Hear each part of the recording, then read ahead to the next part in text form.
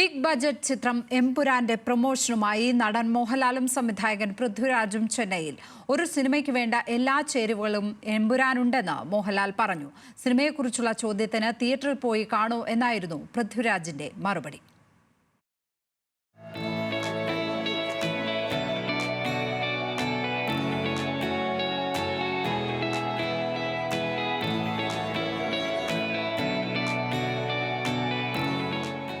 എമ്പുരാൻ വ്യക്തിപരമായ ചിത്രമെന്ന് മോഹൻലാൽ.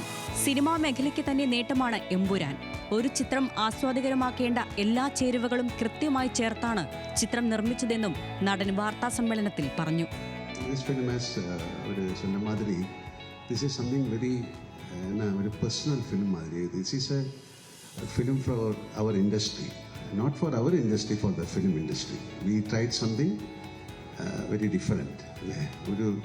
எப்படி ஒரு படம் எடுக்கணும், how can we take a film, ஒரு படத்துக்கு என்னென்னலாம் வேணும், ஒரு என்டர்டெயின்மெண்ட் ஃபிலிம் எடுக்கிறது கஷ்டம், அது எல்லாம் நல்லதாக வந்தால் தான் ஒரு என்டர்டெயின்மெண்ட் ஃபிலிம் ஆகும்.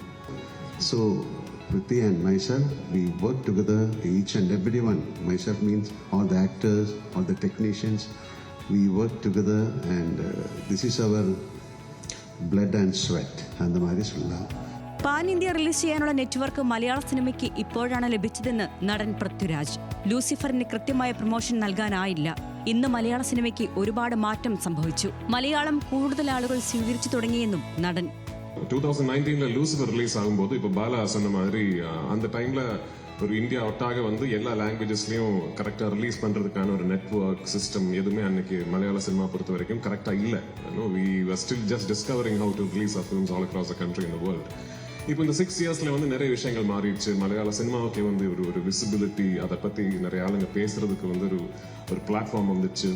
So by the time we started Empuraan, we knew இந்த படம் ரிலீஸ் ஆகும்போது ஒவ்வொரு லாங்குவேஜ்லயும் கரெக்டா டப்பிங் பண்ணி அதாவது லாங்குவேஜுக்கு வந்து எவ்வளவு நேட்டிவ் ஒரு ஆத்தென்டிக்கா ஃபீல் கொடுக்க முடியுமோ அதுக்கான எஃபர்ட்ஸ் எல்லாமே போட்டு 5 லாங்குவேஜஸ்லயும் கரெக்டா சைமல்டேனியஸ்லா full country full world release பண்ணோங்கிறது we already had a plan. ചിത്രത്തിന്റെ ഭാഗമാകാൻ കഴിഞ്ഞതിൽ സന്തോഷമുണ്ടെന്ന് മഞ്ജു വാര്യർ പറഞ്ഞു. ഒന്നാം ഭാഗം ഇഷ്ടപ്പെട്ടതുപോലെ എമ്പുരാനും പ്രേക്ഷകർക്ക് ഇഷ്ടമാകുമെന്നും നടി. லூசிஃபர் பிடிச்ச மாதிரி உங்களுக்கு எம்புரானும் பிடிக்கும் என்கிற 100% நம்பிக்கை எனக்கு இருக்குது.